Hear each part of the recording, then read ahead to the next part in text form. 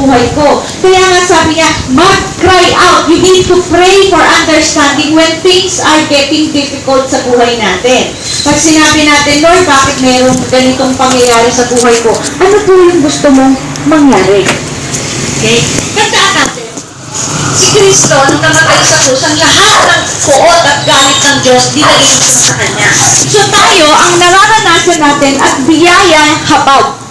So wag nating isipin lagi na yung mga pangyayari sa atin ay puot at galit ng Diyos. Hindi. Kasi nilagay na niya yun sa krus ng Kalbaryo. So ano pa bang galit ng Diyos na hindi niya nailagay sa krus ng Kalbaryo? Wala na. So ngayon, pagka meron pong nagtatanong sa akin, kasi po alam ko, nagkamali ako ng desisyon, alam ko, pinaparusahan ako ni Lord. Mali po yung ganong konsepto. Ang lagi nating isipin, Lord, once na hiningi ko na ng tawad ang maling desisyon ko at ang maling diskarte ko sa buhay, nandoon na yan, nasa cross ng Kalbaryo, ang sa akin ay kapatawaran. Ngayon, kung ano yung mangyayari from this day on, hindi dahil pinaparusahan tayo, kundi may kina-accomplish si Lord. Lord, ngayon, anong gagawin ko? Okay? So, kaya sabi niya, seek wisdom. Magsaliksik tayo. Saan natin nakikita yan sa pagsasaliksik natin? Kaya nga, as for silver and search for skillful and godly wisdom as for hidden treasures. Imagine tayo, nagtatrabaho tayo, nagpapakahirap tayo. Anong gusto natin? Kumita tayo para mayroon tayong maibigay na provision sa family. So, in the same way, kung paano tayo nagtatrabaho para meron tayong pera para itaguyod pamilya natin, ganun din daw magsaliksik tayo, ibigyan natin ng oras ang pagsasaliksik para tayo ay lumago sa katalinuhan. At hindi po natin makakamtan yan kung hula-hula lang at naririnig lang natin sa kapatiran. Kailangan tayo mismo ang makatanggap. Grace, ito yung ginagawa ko. Kaya pag naintindihan natin, okay? So sabi dyan, then you will understand the reverent and worshipful fear of the Lord and find knowledge of our God. When we grow in wisdom, this is the beginning of the fear of God. You know what? It is good to have fear of God. Dahil pag may fear of God tayo, ang ating laging diskarte sa buhay ay tama. Kasi pag wala tayong fear of God, diskarte natin sa buhay ay madalas pumapalpak. Okay? That's why when we have wisdom, we have fear of God. Remember, fear of God, fear is the Spirit. Kaya nga sabi sa Isaiah 11, di ba, Lord, fill me with the spirit of what? Spirit of fear, spirit of the Lord. So, spirito yun. In the same way, yung takot, spirito rin yun. Takot saan sa maraming bagay. Kaya pagka, nangyari, wala tayong pera, natatakot tayo kagad. Naku, wala akong pera. Spirito yun. Kaya sabi niya, di ba, hindi tayo binigyan ng spirito ng duwag. Spirit of fear. But He has given us the spirit of power, love, and sound mind. So, any fear, it is spirit. That's why you can resist yung spirit ng fear na nanggagaling sa kaaway para tayo ay maging talunan. Kasi pag natakot tayo, ang magmo-motivate sa atin sa buhay natin, yung emosyon natin at yung ating pag-iisip na mali. But when we are motivated by the Holy Spirit and by the Word, makikita mo tama ang laging diskarte. For the Lord gives skillful and godly wisdom. From His mouth come knowledge and understanding. Galing po lahat sa Diyos ang katalinuhan. At kaya dapat tayo po, mga tao, mga anak ng Diyos, sabi na, kailangan babad sa salita ng Diyos. Hindi pwedeng 5 minutes babasa, tapos 24 hours o ilang oras tayo natutulog sa gabi, palagay natin 6 or 7 hours. Okay? So, you have what? 16 hours or 17 hours gising. If you have 5 minutes reading the Word, more likely, ang mag-i-influence sa buhay natin ay yung nangyayari sa 17 hours na yun. So, pagka tayo surrounded with carnal people, we will be influenced by people who have what? Worldly perspective. Ang pananaw nila makamundo. Pag sinabi nila, ang hirap ng buhay. Dito sasabihin mo, ang hirap nga ng buhay. So, pag uwi mo, dala-dala mo yan sa bahay. Ang hirap ng buhay. Mainit ang ulo mo. Why? Because all your 17 hours, you spend what? Sa mga naririnig mo, nakikita mo, Pero 5 minuto lang tayo sa salita ng Diyos, kaya natatabunan ang dapat na kumakain sa ating spirito ay natatabunan ng carnality, ng sabi ng tao, sabi ng mundo, sabi ng emosyon natin. Kaya hindi tayo lumalago, hindi natin naiintindihan. Kaya it's important na we need na magbabat tayo, we need to be a lover of God's Word.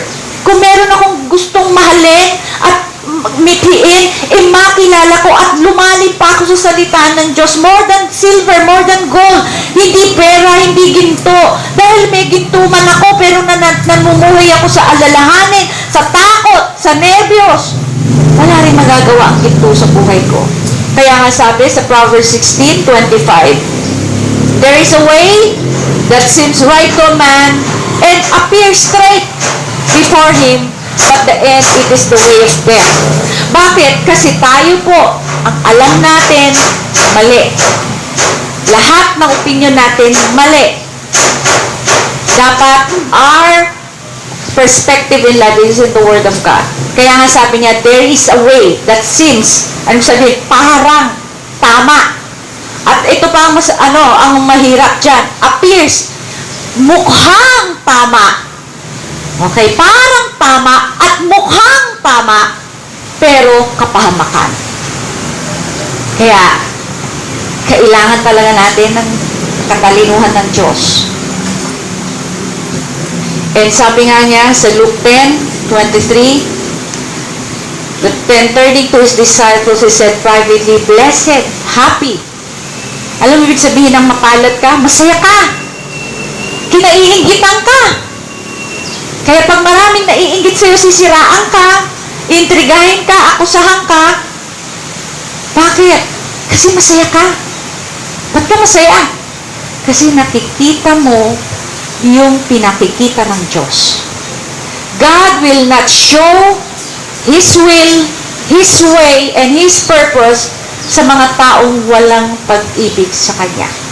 Pero pag tayo daw ang mga tao na merong hunger and thirst for righteousness, nakikita natin, pinapakita niya. He allowed me to see things.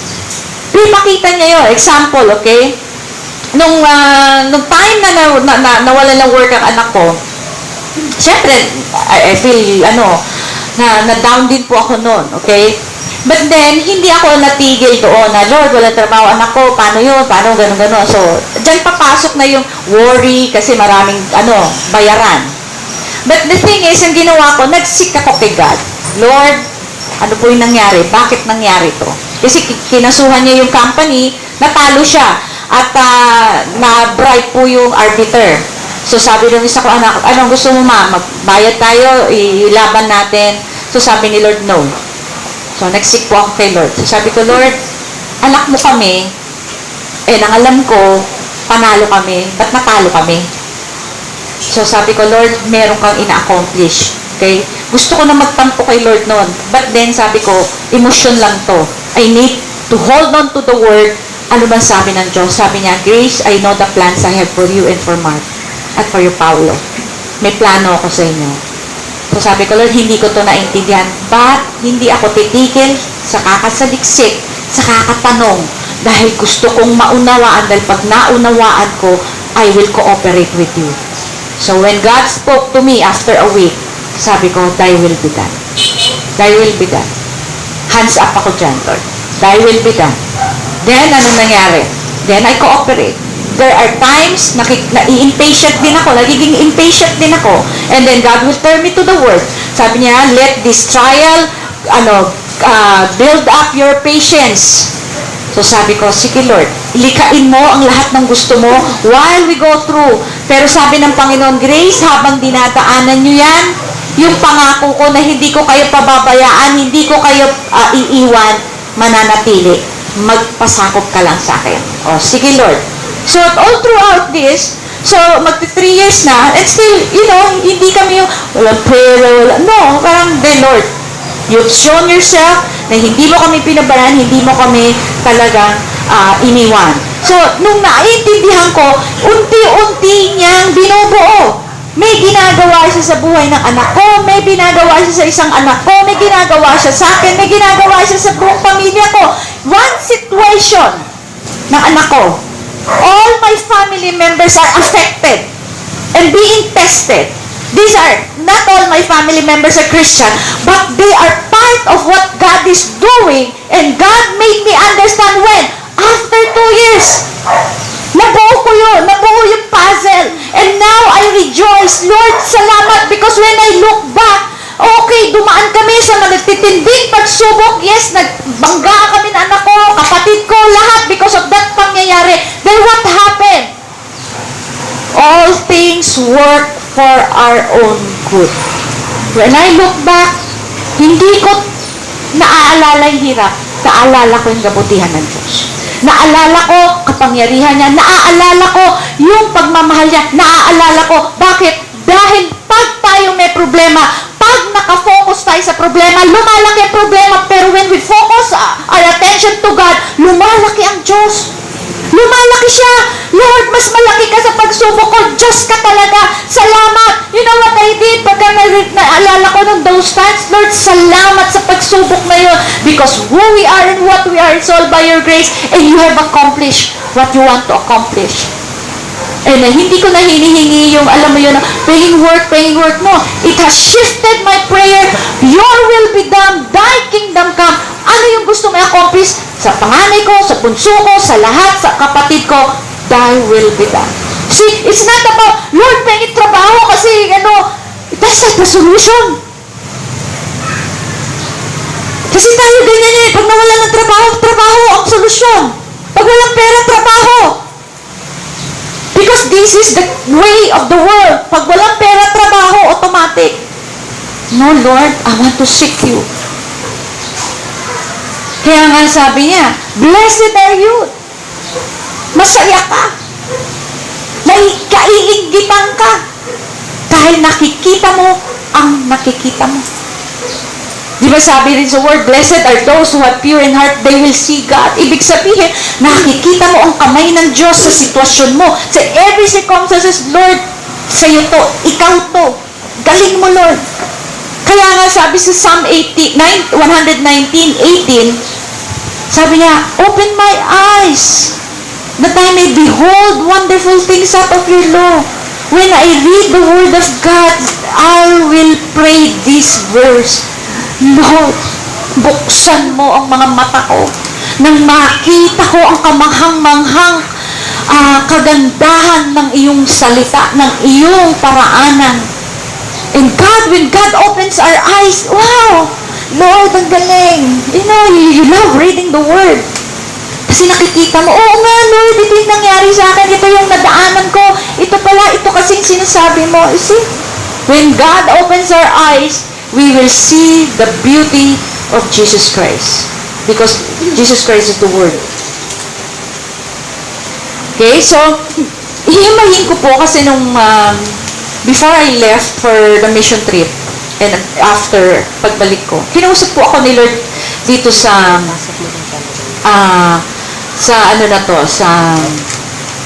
Psalm 78. But, ang ganda po ng revelation niya sa akin, okay? Kaya lalo ko ito naintindihan. 1 Corinthians 10:11. Sa NIV, these things happened to them as examples and were written down as warnings for us, on whom the culmination of the ages has come. Yung Biblia po, yung Old Testament, yung journey ng Israel, sabi dyan, sinulat yan para daw babala at pagtuturo sa atin, yung experience nila, okay? So, it was really a wonderful experience, and pag binabasa mo yun, I believe na i-series ko yun, and napakaganda po. Ang dami ko pong natutunan sa journey of Israel. Now, ang layunin po ng Diyos, nung niligtas ng Diyos ang Israel, yung sinasabi niya sa Isaiah 2:3. And many people shall come and say, come, let us go to the mountain of the Lord, to the house of God of Jacob. Pag nakikita niyo yung mountains, dalawa po ibig sabihin, mountain, presence of God, mountain, ibig sabihin yung church. Okay? That we may teach us His ways, and that we may walk in His paths. For out of Zion shall go forth the law, instruction, and the word of the Lord from Jerusalem. So, ibig sabihin, when you live in the presence of God, tinuturo ni Lord Grace, ito paano mamuhay. Ito paano dumiskarte. So, mountain speaks of the church. Dito tinuturo sa atin paano mamuhay ng paraanan na. Kasi niligtas tayo ng Diyos, hinugot tayo sa hawak ni Satanas at nilipat tayo sa kaharian niya. Now, ang gusto niya, sabi niya, let us go up to the mountain, to the Lord of the Lord, the house of God, that He may teach us His ways. So, parang turuan tayo. Paano ba? Paano ba mamuhay? And that we may walk in His path. So, pagkaalam natin, yun ang lalakaran natin. Ibig sabihin na nilalakaran niya ng ating klaseng pamumuhay. So, bakit? Okay? For out of Zion shall go forth the law, instruction, and the word of the Lord from Judah. Ibig sabihin, tayong mga anak niya, na niligtas niya, tayo yung gusto niyang example sa mundo. This is how to live so that these blessings makamtan. So, yun ang sabi ng Panginoon sa mga Israel, okay, aalisin ko kayo sa slavery nyo from Egypt, dadalhin ko kayo sa lupang pangako, pag nadala ko kayo sa lupang pangako, ito ang magiging buhay nyo, masagana, masaya, walang makakagalaw sa inyo, iingatan ko kayo.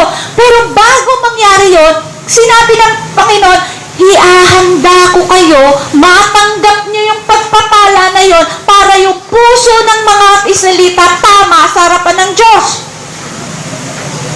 Kasi sasabihin niya, magiging example ang Israel, this is how to live so that these blessings nakalakip dyan.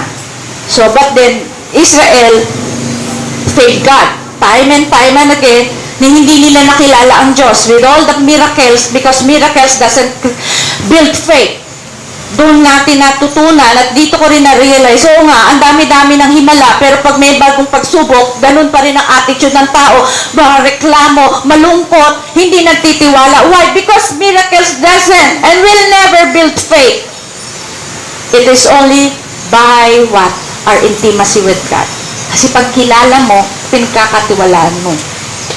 Kasi marami na akong kilala na nasaksihan nila yung katakot-takot na himala. Pero pag nasa kanila na ang pagsubok, hindi na nila kayang pagtiwalaan ng Diyos. Okay? So, dito ang nangyari. Sinulat ni Asaph yung pangyayari at dito po ako tinuruan ng Diyos. Okay? Sa Psalm 78. Sa verse 5, sabi niya, for He established a testimony, an express precept in Jacob, and appointed a law in Israel, commanding our fathers that they should make a great facts of God's dealings with Israel known to their children. Bakit naghihimala ang Diyos sa buhay natin? Bakit nagpapahayag siya? Para, mga kakapatid, parang pag yung mga anak natin, sabi niya, ang isang command niya, ituro nyo, ibalita nyo sa mga anak nyo yung ginawa ko. Kasi darating ang time, so, ibibuild up ko rin yung faith nila. Gusto ko rin sila magkaroon ng faith. Naalala niyo yung minsan tinuro ko si Abraham and si Isaac. Abraham experienced famine. When Isaac has grown up, he experienced again famine. Why? God allows same testings to go through ng mga anak natin dahil naipahayag niyan, dahil nasasaksihan nila ang pananampalataya ng magulang nila. Paglaki nila, maaalala nila, pero yung paalala na yun, kailangan mapag-aralan nila at may experience nila para maging totoo yung pananampalataya ng mga magulang natin. Kaya, everything that I go through, the spiritual children will go through. Why?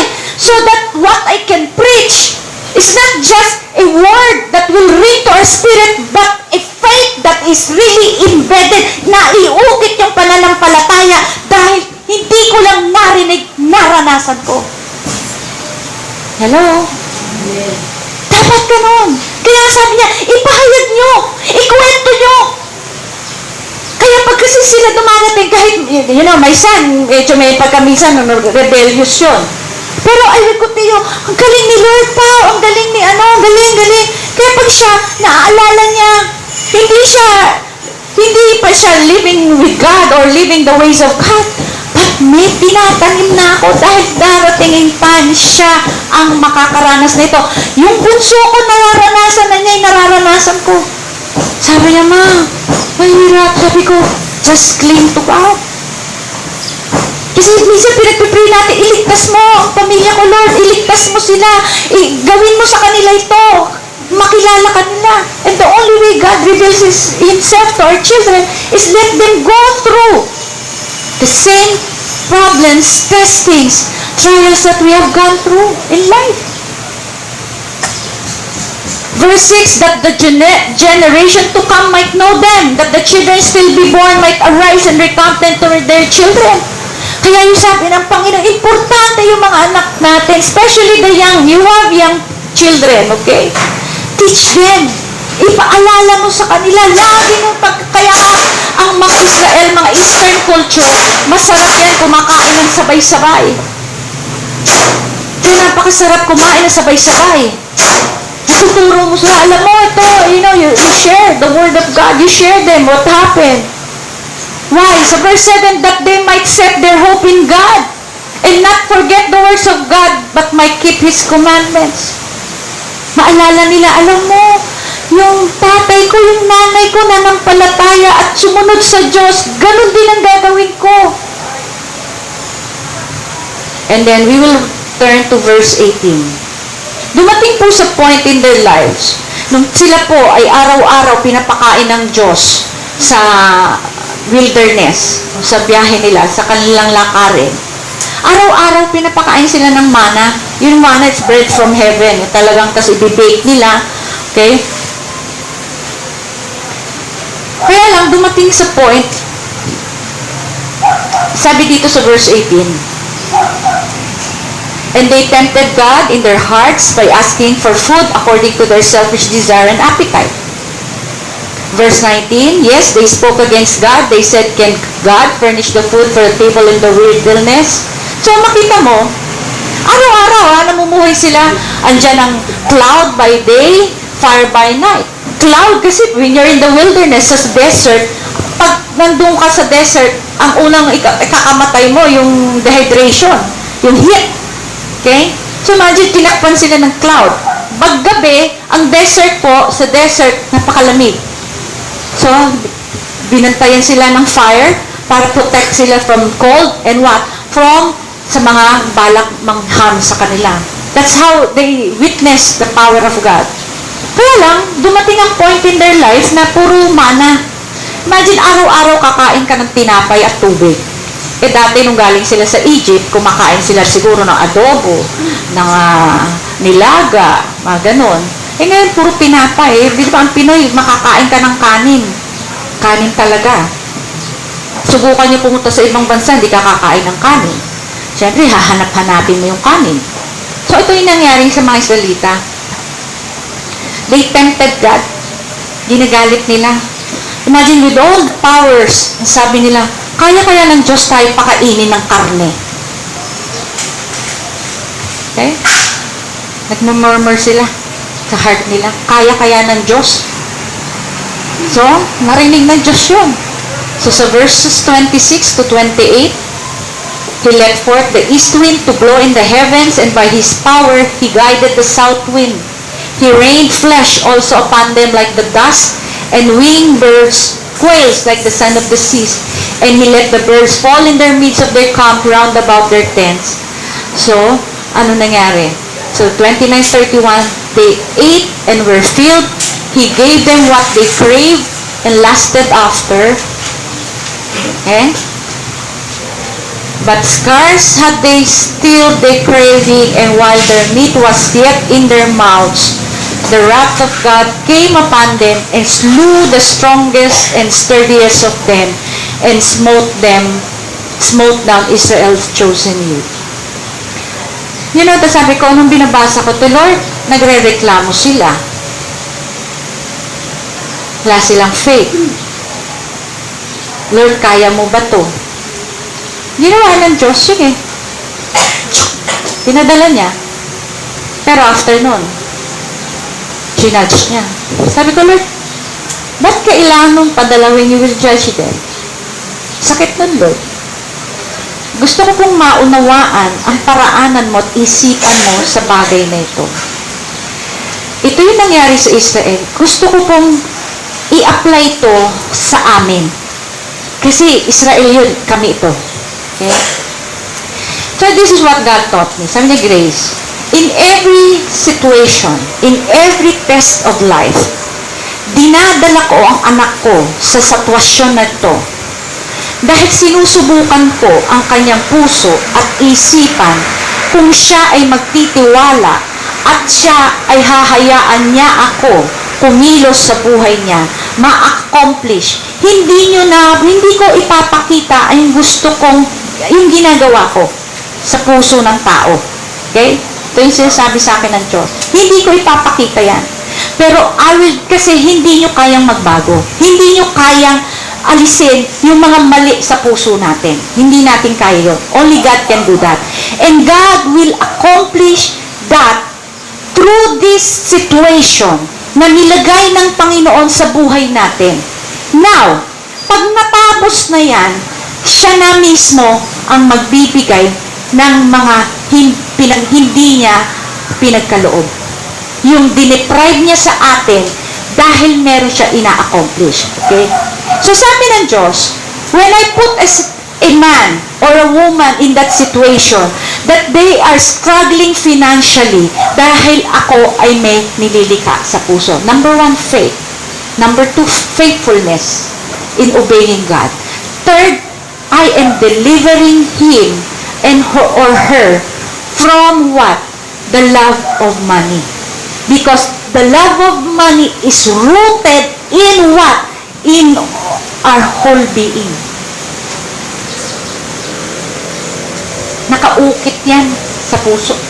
Yung pagiging gahaman natin. Hindi natin napapansin, but every time He is creating contentment, faithfulness in our heart, makikita mo, unti-unti, binibigay ni Lord yung mga dating hindi ko na nararanasan. Why? Na-accomplish na niya. Ang mahirap pala, ang sabi ng Diyos, dahil because I've been accomplishing and the heart is not right before me at He is continually, resisting my work, lumalaban tayo. Lord, anong gagawin ni Lord? Anak, dahil ayaw mo na, hindi mo na kaya, ibibigay ko yung gusto mo na hindi ko kalooban, but my purpose and my work will stop and you will continue in that path that you will not receive what I have purpose and plan in your life. That is my judgment. Kaya nga sabi niya, itong wrath, yung poot ko, because they live under the law, okay? Andito pa sila, wala pa yung Christ died. So the wrath of God na ipahayag sa kanila yung puot. But now, sa atin, because the wrath of God, yung puot niya, hindi na niya pwedeng ipahayag sa atin dahil na ipahayag na sa krus ng Kalbaryo. Hindi na wrath, hindi na puot, hindi na galit ang mararanasan natin. Anong mararanasan natin? Pag binigay ng Panginoon ang ating gusto na hindi kalooban niya, hahayaan niya tayo mamili sa ating lakarin at bibigay niya yung gusto natin na hindi niya kalooban, hindi na niya ma-accomplish yung gusto niyang mangyari sa buhay natin, kaya niya tayo nilagay sa ganong katayuan. At yun po ang masakit.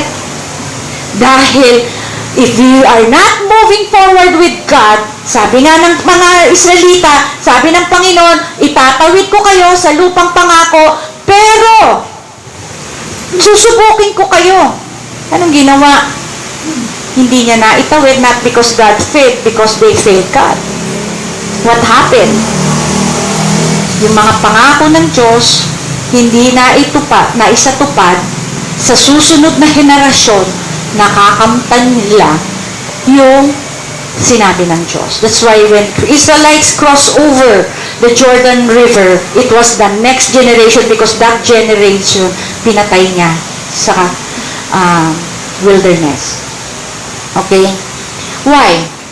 Sabi sa Hebrews 13:5, let your character or moral disposition be free from the love of money, including greed, avarice, lust, craving for earthly possessions and be satisfied with your present circumstances and with what you have.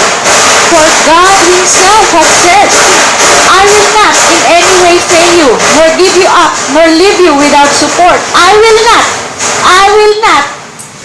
not in any degree leave you helpless, nor forsake, nor let you down, relax my hold on you, assuredly not. Ano po ba ibig sabihin nito? Many Christians claim, Lord, the wealth of the wicked will be transferred to the righteous. Lord, you will prosper me. Okay? I have seen Christians, because they cannot really obey God and really cannot follow Him all the way. Ano nangyari? Binigay ni Lord yung gusto nila, sige.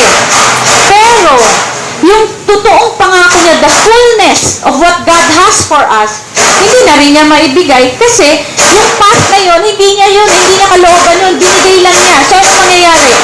You're on your own. Yes, I will protect you, I will bless you, you will still have what you like, but one thing that you won't have is my intimacy. That the knowledge of me, who I am, understanding of what I'm accomplishing. Sabi ko, Lord, what is this that want you to accomplish? From your grace, I am looking for individuals where I will transfer the wealth so that in the last days, the last days, doon magiging daluyan ng aking kayamanan nang sa ganon ang kaharian ko ay maisatupad. Pag mali ang puso, gahaman at pagiging madamot ang mangyayari. Okay? Because hindi niya inalaw na those times na wala, nahihirapan ka, ina-accomplish ni Lord. Ngayon, okay, binigay na sa'yo, may pera ka na, but the thing is, hanggang doon ka na lang, pero the fullness of what God has for us, hindi na makanta. Sabi niya, Grace, I have a great plan for my church. For those who will surrender all and obey me and allow me to work powerfully, then makikita mo, lahat. You know what? Nung those times na nawala ng work ang anak ko, sabi ko, naku, magtitipid tayo. Nakikita ko, hindi naman kami nagtitipid.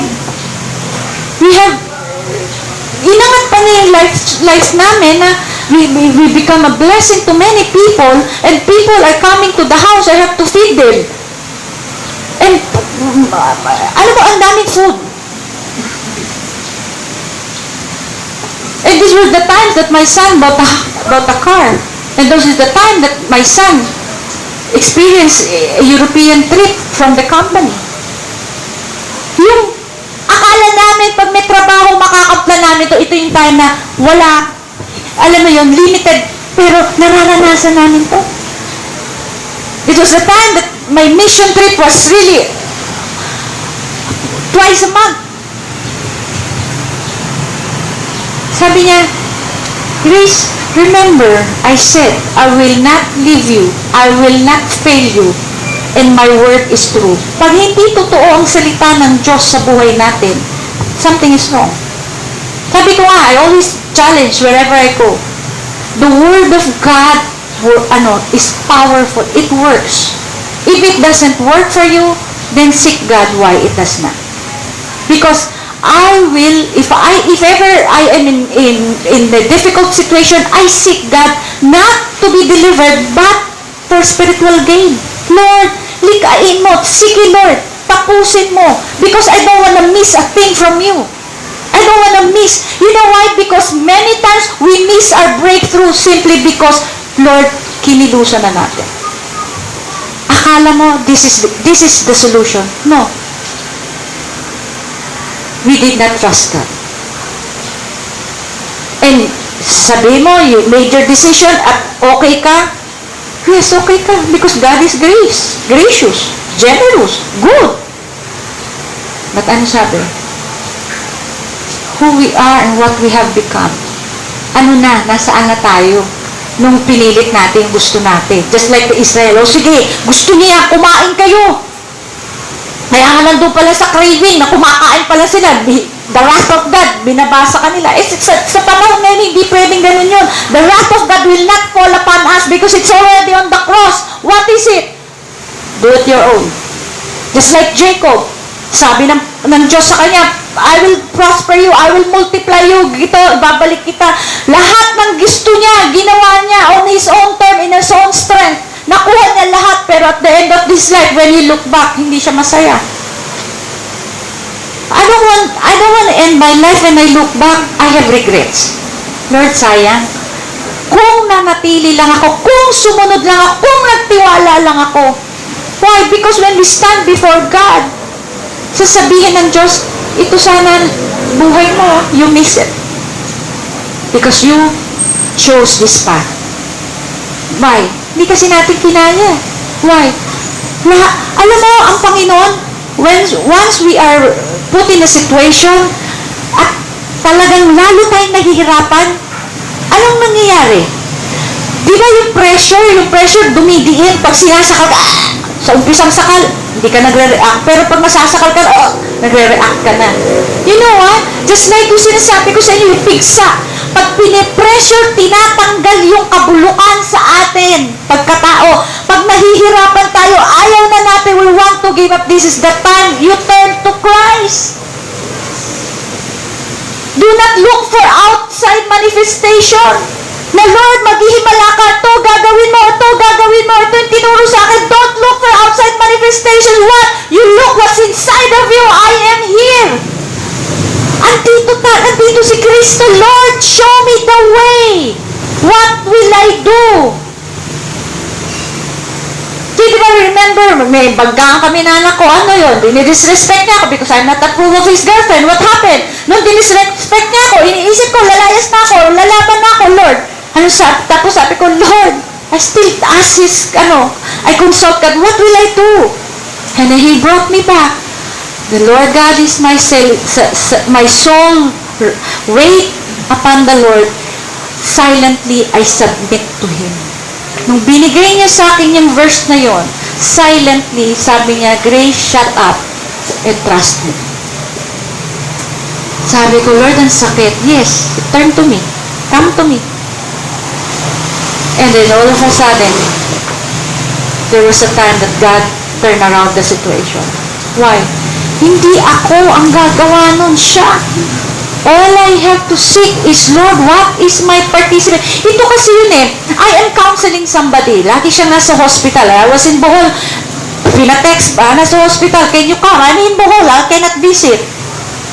So I sought the Lord. Nagtanong ako, Lord, di ba may pangako kapag gagalingin mo siya? Bakit lumalala? Kasi nang nag-text sa akin, nagkaroon ng seizure. So sabi ko, tumitindi, Lord, you promise me, you will heal that person. What's wrong? Bakit lumalala? Sabi niya, Grace, my word will stand.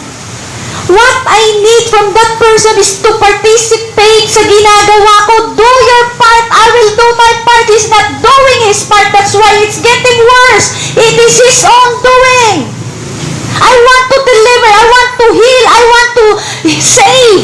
This is why I died on the cross. This is what I want my people to experience. Deliverance, salvation, prosperity. But do your part. Because I am more than willing to do my part, God says. But I cannot do my part because you are tying my hand because you are not obeying me. Sabi ko, oh my God. Oh my God. You see, sabi nga niya, the kingdom of God does not come by observation. Hindi yan darating na nag-observe tayo by participation. Participate. I want the kingdom of God, Lord, to experience here on earth. Gusto ko maranasan na yung binayaran mo. What is my participation? Ano yung gusto mo sa buhay ko? So I can experience what you promised me so that the kingdom of God will come in my life. That I will not be defeated by my circumstances, by my disease, my sickness, or lack of money. Hindi ako magpapatalo doon dahil ang kaharian mo ay nasa sa akin. Ano ang gagawin ko? Pag sinabi ni Lord, ito ang gawin mo, then you will experience victory. You will experience salvation. You will experience deliverance. And then what? Makikita mo, wow, God is good. Kaya nga sabi niya Matthew 6:31 to 33, therefore, Di ba sabi niya, huwag kayo mag-alala.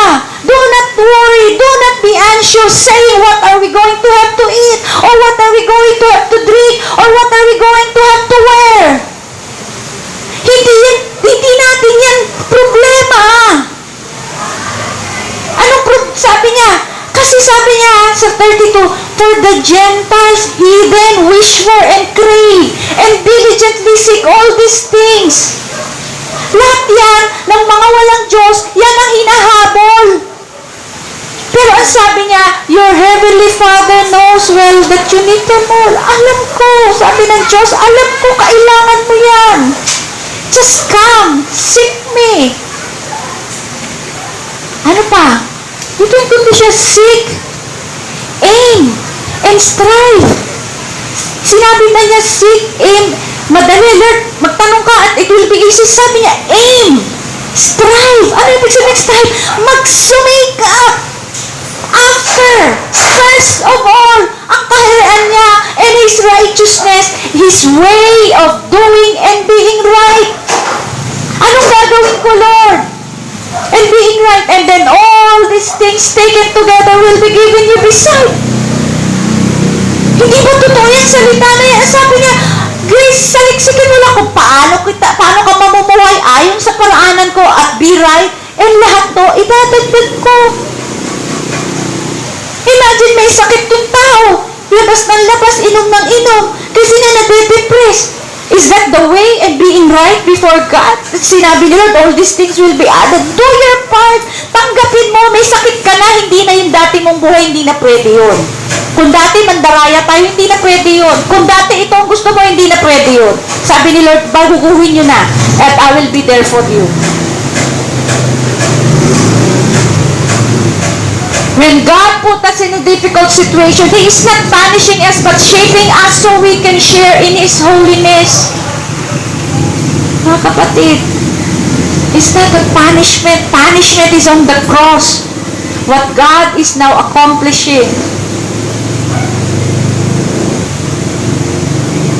Psalm 78:40, how often they defied and rebelled against Him in the wilderness and grieve Him in the spirit.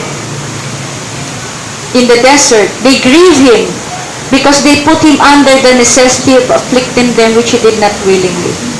You know what? Ito sa 40, sabi, they grieve Him in the desert. Sabi ko, di ba, we have the Holy Spirit. Sabi sa New Testament, do not grieve the Holy Spirit. You know, ito yung pinaunawa sa akin ni Lord. You know why am I grieved? Ayoko naman kayong masaktan, mahirapan. You know what grieves the Father? Kailangan na naman niya magpadala ng pagsubok para lang ma-accomplish niya ang gusto niya. Friends, samantalang, kaya nga gusto niya tayong mag-mature, gusto niya tayong maging matibay. Bakit? Sa Proverbs 21:11, these are all amplified version, okay? Anong sabi niya? When the scoffer is punished, the fool gets a lesson in being wise. But men of godly wisdom and good sense learn by being instructed. Pagsasabihan mo ang matino, lalong lalawak ang kala. Ano yung keyword? Pagsasabihan. Hindi na kailangan paluin. Sasabihan mo na lang. Bakit? Masunurin eh. Ang bata ba? Ikaw ba? Malaki ka na. Pinapalo pa tayo? Ay mahiya naman tayo pag sinisunturan pa tayo ng ganitong edad. Ano sinasabi ng nanay natin?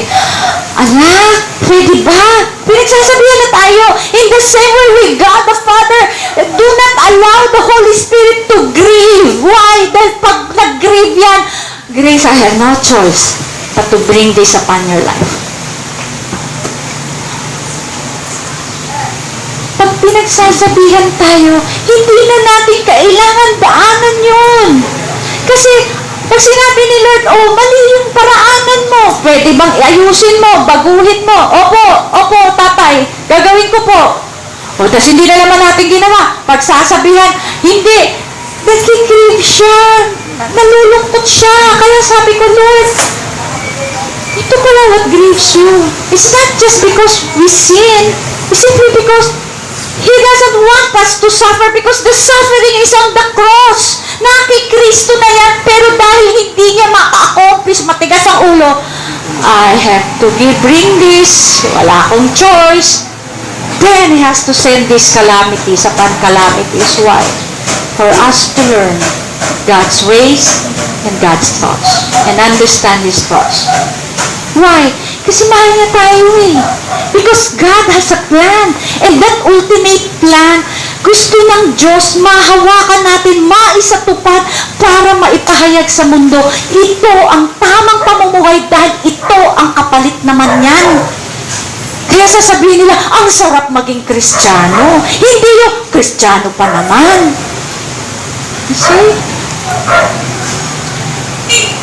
And this is what God wants in us and through us. That's why the ways of God, we need to seek Him. Lord, paano po ba? Please help me.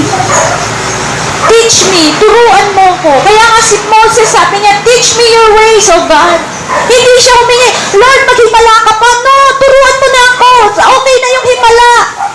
Andiyan na yung himala. Himala is just an ordinary thing in my life. You know why? What amazes me is when God teach me, Grace, ito yun, ganito yun. Wow, Lord, nakakamangha ka. Himala, yes, it will make me in awe of God. But more than, you know what amazes me is when a God who's in heaven and throne willing to come down and teach His people, ito ang paraan na mamuhay. Imagine, ang Diyos na kamangha-mangha na may punong-puno ng kalwalhatian, tuturuan ng isang mangmang na katulad natin, katulad ko, willing siyang bumaba, willing siyang magsalita sa buhay natin. Gosh, that amazes me. Wow, Lord, you're an amazing God. You're an amazing God. You know, when I was in Bohol, last Monday, I came home. So, nakita ko, tapos na po yung layunin ko kasi all those times na wala po ako sa Bohol, maulan. That's terrible, weather. So, sabi ng kasamahan ko at saka yung contact ko doon, sabi niya, pray po natin kasi mahihirapan po tayo pag nandito maulan. O sige, so no, I was there, maaraw, wow, sabi ko, Lord, thank you for the favor. Monday, I was in the airport, ang dilim po ng langit. Ang dilim lang langit. Okay. And supposedly, 6:55 boarding na kami. So, kasi ang flight ko 7:25. Ay, 8:25. So, dapat 7 boarding na. So, ang nangyari po, 7:30 na, mag-8 na, wala pa aeroplano. Ina-announce, hindi makapasok sa Tagbilaran airspace because of bad weather. So, sabi ko, Lord, I need to go home because I have no more clothes and I have no more cash. Kasi pension house po ako po. And I need to go home because I need to rest. Sabi ni Lord, Grace, you just speak the word. I've given you that power, authority. So sabi ko, I declare that this dark clouds, hawiin mo, Panginoon. Sa pangalan mo, hawiin mo to, uuwi ako today. So I'm still waiting. So in-announce ulit, hindi pa rin makaland. The worst comes scenario, the plane will land in Cebu, which is, ibig sabihin, cancel. Then, sa airport kasi may mga bulag, kumakanta yan, nag-entertain. Tumating yung mga bulag, I was sitting on front, kakanta sila, kasi bibigyan mo ng donation. I was amazed, kinanta nila first song, He is Exalted. When they were singing the song, He is Exalted, sabi ng spirit ko, Grace, today, uuwi ka. Nung kinakanta nila yung worship song, hindi mga Christian to, yun lang ang kinanta nila. Nung kinakanta nila, I saw Cebu back landing. Sabi ko, you are truly exalted above all the heavens and let your glory fills the earth. Kaya sabi ko, Lord, purihin ka, sambahin ka, O Diyos, nakakamangha kang Panginoon. Bakit pa po tayo mag-aalangan? And true enough, when Cebu back landed, the heavens opened, nakita ko yung liwanag. And then, ang tagal namin po, tagal namin nakaalis kasi hindi binibigyan ng go signal. Pero we were boarded already. And then, pag take off, diba? There was a cloud the turbulence, gumaganon yung plane. Sabi ko, Lord, ngayon uuwi ako. Uuwi ako, ilalad mo to aeroplano na to. Kasi di ba, before I left, merong news, nag-crash. Tapos nag-crash yung Taiwan. Sabi ko, Lord, ang daming airline disaster. You know what God told me, Grace? Kung saan ang anak ko, walang disaster. So sabi ko, Lord, thank you for that promise. Kasi, when you believe in trusting God, totoo yung sabi niya, no harm, no evil will come near you. Pati pamilya mo, damay, pagpapala ng Diyos. At yun po, ang nais niya na sa atin, na hanggat tayo lumalakad, hindi tayo mamumuhay na tulad ng mundo, na kung saan konting problema, natatakot. Wala tayong patatakot dahil alam natin yung layunin ng Diyos sa buhay natin. Hindi pa siya tapos. Kaya sabi ko, hindi ka pa tapos sa akin, Lord. Kaya maglaland ko aeroplano na to. Okay? So, in conclusion, sabi niya sa Ephesians 4:13, until we all reach unity in the faith, in the knowledge of the Son of God, and become mature, attaining the whole measure of the fullness of Christ. Wala? So, ibig sabihin, tatandaan lang po natin, God wants to accomplish the full maturity of His people na ang standard lang ay ang kanyang anak na si Kristo. Ephesians? Wala? Okay lang. Ephesians 4:13. Lahat po tayo ay magkaisa at tayo po ay maging matibay, mag-mature, attaining to the whole measure of the fullness of Christ. Gusto ng Panginoon si Kristo ang makita, marinig at maipahayag sa ating buhay. Amen po ba? I pray that whatever circumstances we are in, do not allow for deliverance. That Lord, accomplish what you want to accomplish in my heart, in my life, and all these things will be added. God will never fail. I promise you. Just continue to be in the perfect will of God and let God take care of us. Amen po ba? Father God, we thank you, Lord, for this day. Thank you for the message. Thank you for the revelation. Thank you, Lord, sa lahat ng pagtuturo. Turuan mo kami sa araw-araw, Lord. Lord, this is what amazes us, Lord, kung ikaw po ang Diyos na nakaluklok sa sa trono ng kalangitan, ay handa kang bumaba para kausapin kami, turuan kami. Lord, we desire to know your ways. Understand your thoughts that we will cooperate with you, na makipahagi kami, magpasakop kami sa iyo. Saliksikin po namin ang kalooban mo. At alam po namin, hindi mo kami pababayaan at mamamangha kami. Hindi nakasalalay sa trabaho ang aming kaginhawaan. Hindi nakasalalay sa takbo ng mundo ang aming kaginhawaan. Nakasalalay yan patuloy sa iyo. Ikaw, nasa iyo ang kasapatan, nasa iyo ang kaginhawaan, nasa iyo ang kapayapaan at kagalakan. At doon kami titingin, doon kami tutugon, at doon kami, Panginoon, magtitiwala. Sa iyo lamang, Jesus. Kaya po, Diyos, purihin ka, sambahin ka. Binabalik ko po ang lahat, Panginoon, ng pasasalamat. Ascribe to God all the glory and honor. Ascribe to God all the powers and blessings, dominion and authority. For you are God. In Jesus' name.